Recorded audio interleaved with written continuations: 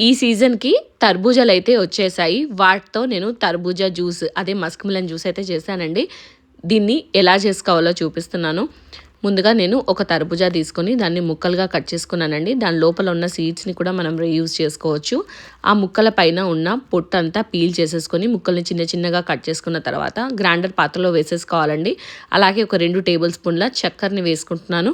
కాచి చల్లార్చిన చల్లటి పాలని ఇందులో వేసుకుంటున్నానండి. మీగడతో పాటుగా మంచి క్రీమీ టెక్స్చర్ వస్తుందని. తర్వాత దాన్ని మెత్తటి జ్యూస్ లాగా చేసుకోవాలండి. నేను చిన్న చిన్న ముక్కలు ఉండేలాగా చూసుకుంటాను.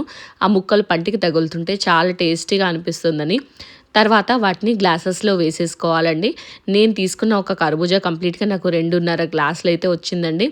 దానిపైనుంచి కాజు, బాదం, పిస్తా మూడింటిని చిన్న చిన్న ముక్కలుగా కట్ చేసి వేసుకుంటున్నాను. మీకు నచ్చిన డ్రై ఫ్రూట్స్ అన్నీ వేసుకోవచ్చు.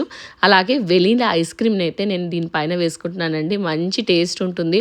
క్యాలరీస్ కౌంట్ చేయాలనుకుంటే మాత్రం మీరు వెనీలా ఐస్ క్రీమ్‌ని స్కిప్ చేసేయొచ్చు. దీన్ని అలా చల్లగా సర్వ్ చేసుకుంటే చాలా బాగుంది. మీరు కూడా ఒకసారి ట్రై చేసి ఎలా ఉందో కామెంట్ చేసి చెప్పండి. రెసిపీ కనుక నచ్చితే మన ఛానల్‌ని సబ్స్క్రైబ్ చేసుకోండి. Thanks for